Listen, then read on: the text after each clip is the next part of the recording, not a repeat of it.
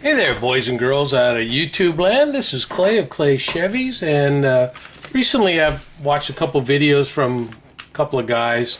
One is Alan Spence out of the Gulf Coast Custom Shop, and he was showing how he makes distributors. And a couple of years ago, Freddy out of Htown Model Shop showed how he made distributors. So what I've done is I've taken the best of both of those guys, and they're both excellent builders, and try to build my own distributors. Now Freddy made his out of aluminum tubing, out of K&N tubing that you can get at Hobby Lobby, and Alan was doing his out of styrene, but he was trying to drill a portion of his, and I don't know about you guys, but I have a hard time drilling those little drills, with those little drills trying to get the wire. So let me go over some of the things you're going to need. First of all, you're going to need wire. So you can buy this packet here from Walmart, and I don't know what gauge it is, just like 30 gauge or something like that, but it's really tiny. And you can get the red comes with it, the black comes with it, and then you got a silver one that you can use for, you know, brake lines or whatever, you know. So, or being the cheap model builder I am, you know, how many of us got these phone cords hanging around that we used to use with our old modems for our computers? And I've got hundreds of feet, and basically what I do is strip them down. And this one has red and green in it, but some of the old phone wires, they have blues and yellows and all kinds of different ones.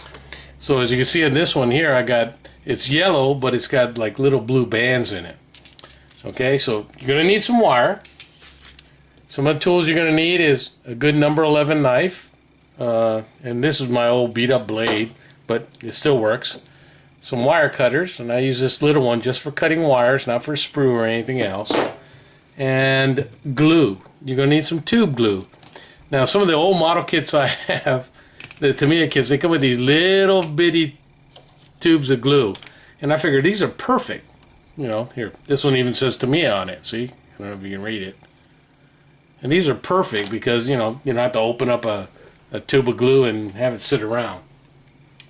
Now for the tubing, you're going to need, or what I use, and I don't know what you're going to need, but I don't know if you can see this. It's Evergreen Scale Models styrene, and this one is number 223, and it's a 3/32 tube. I also get a pack of this Evergreen styrene, and it's number 228, and it's 1/4 inch tube. Okay, so one of the first things I do is I take the 1/4 inch tubing, and I actually cut the bottom of the distributor. I don't know if you can see that, or the actual distributor cap. And what I do is I measure, and I try to cut it about 1/4 inch. It seems to work good, 1/4 inch. Then I take the 3/32 tube, and this is going to be the distributor shaft. And I cut this one at about 1/2 inch. And we all know how to cut styrene. You know, you just put your blade on it and keep rolling, and you have to put your finger on the end so it doesn't fly all over God's creation. Now, the reason I like these little tubes, oh, well, before I skip too far ahead, then you take your wire. Now I like to cut mine at about 3 inches, okay? And I use this, the mat here. You know, it has that ruler on there, so I use that. I cut it 3 inches, 8 pieces, and then I'll cut one piece 4 inches, and this is going to be my coil wire, just in case something happens. Then that way I can pick it out too. So let me see. Do I have all the pieces? 2, 4, 6, 7, 3, 6, 7, 8. Okay. So then I take my distributor, and I take my little tube glue, and I just put a big old glob of glue in there. Okay. Yeah, don't have to be fancy, don't have to be clean, doesn't matter. I take my wires, try to get them all, the bottom all even.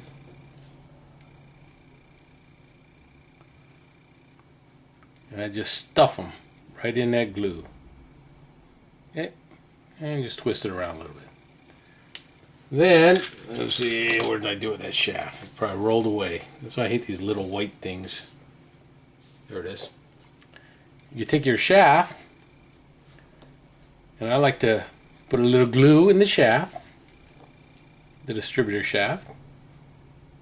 Just a little touch, and then you can put some on the outside too if you want. And then I put the coil wire in it. Just like that. Just like that. Then you take the coil wire, you just feed it up through here,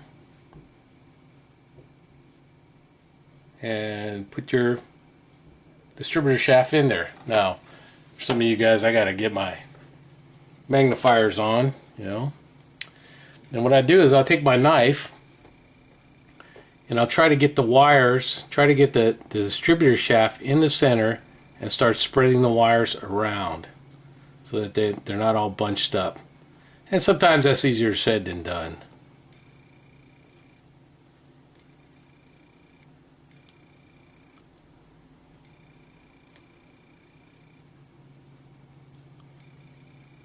Okay? And then I'd usually just take a clamp like that, set it off to the side to dry. Now, the reason why I like the, you know, Freddy uses the aluminum tubing. The reason I like the styrene is because I can paint it. I can paint it any color I want. Because I'm old. I'm like Chris Cortell. Actually, I'm older than Chris Cortell. And I remember in the 70s when they were coming out with all kinds of funky colors for distributor caps. You know, Axel had their own yellow distributor cap. I think Blue Max had a blue distributor cap. But most distributor caps tend to be either black or that Bakelite brown.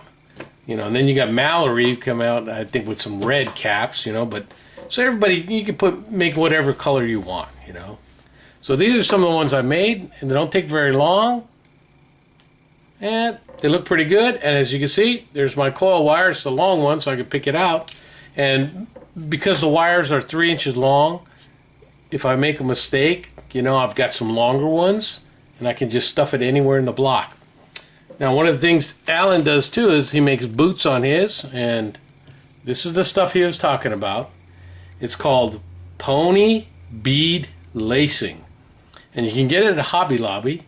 And apparently it says the outside diameter is 2 millimeters, the inside diameter is 1 millimeter, and you can cut little sections of this stuff, and it becomes your boot for your plug wires.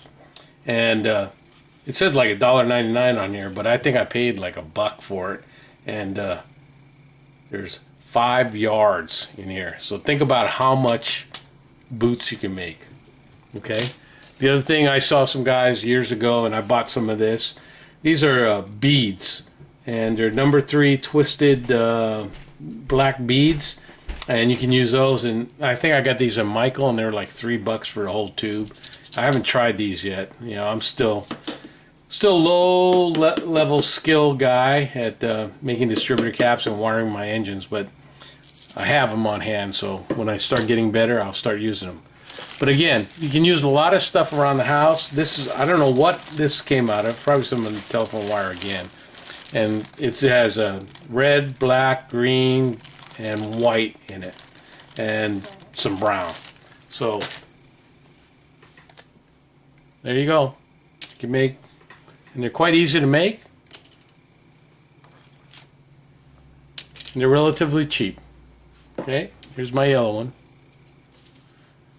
Haven't made a red one yet, but I got the bunches of wire. I got orange, I got blue, I got everything else green.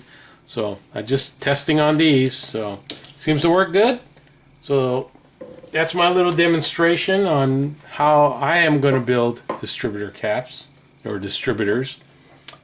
And again, in case you didn't catch it, 1/4 inch tube, and it's number 228. 3/32 inch tube is number 223. Then you get your knife, wire cutters, tube glue. Okay, because to me a thin set and stuff will just run right through. Tube glue is pretty good. It gives you a time for it to set up, and you can wiggle it around. You can do whatever if you're going to be neater than I am. So that's my tip. And again, I want to give props to Freddy at Htown for the original idea I saw, and to Alan Spence of Gulf Coast Customs for the second idea I saw. And I basically just combined the best of both worlds and came out with this. Hope it helps you guys. See you later.